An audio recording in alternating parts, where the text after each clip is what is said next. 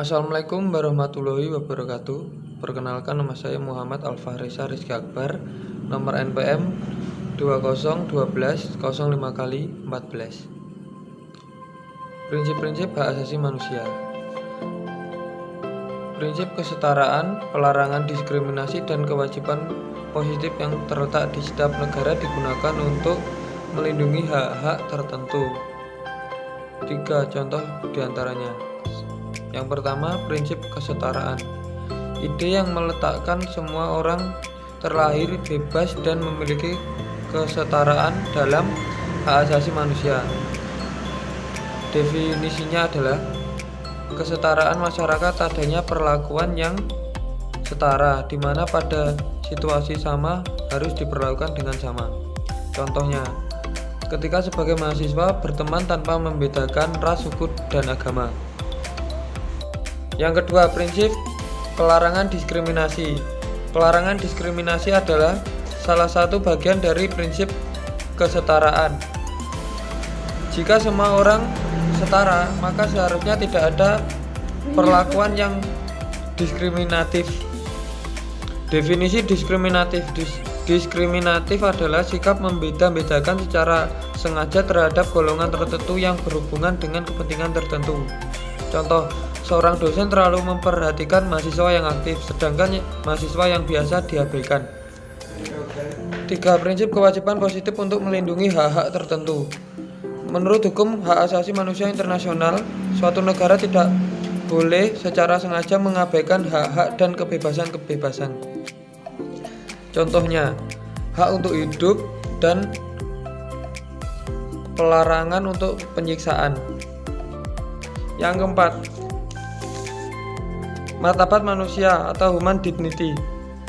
Prinsip-prinsip HAM didasarkan atas pandangan bahwa setiap individu patut untuk dihargai dan dijunjung tinggi tanpa memandang usia, budaya, ras, etnik, gender, bahasa, atau kelas sosial. Contohnya, berani membela kebenaran dan keadilan. Yang kelima, tak dapat direnggut. Hak yang dimiliki individu tidak dapat dicabut, diserahkan, atau dipindahkan. Yang keenam, tanggung jawab. Tanggung jawab pemerintah. Hak asasi manusia bukan merupakan pemberian cuma-cuma dari pemerintah, dan tidak seharusnya juga pemerintah menahan atau memberikannya untuk sebagian orang saja. Yang selanjutnya, tanggung jawab individu. Setiap individu memiliki tanggung jawab untuk mengajarkan hak manusia, menghargai hak-hak asasi manusia, dan untuk menentang lembaga-lembaga atau individu yang melanggarnya. Contoh dari tanggung jawab pemerintahan: membuka lapangan pekerjaan. Contoh dari tanggung jawab individu: selalu konsisten dalam bersikap. Yang ketujuh, indivisible.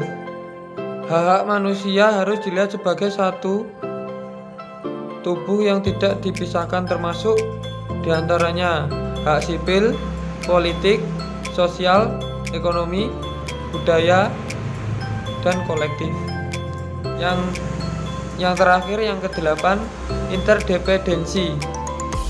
Kepedulian hak-hak manusia terwujud pada semua aspek kehidupan: rumah, sekolah, tempat kerja, pengadilan, pasar, dan di mana-mana. Selanjutnya, pelanggaran hak-hak manusia saling terkait. Hilangnya salah satu hak akan mengganggu hak yang lainnya.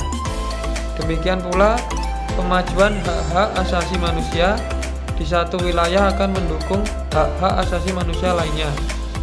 Contohnya,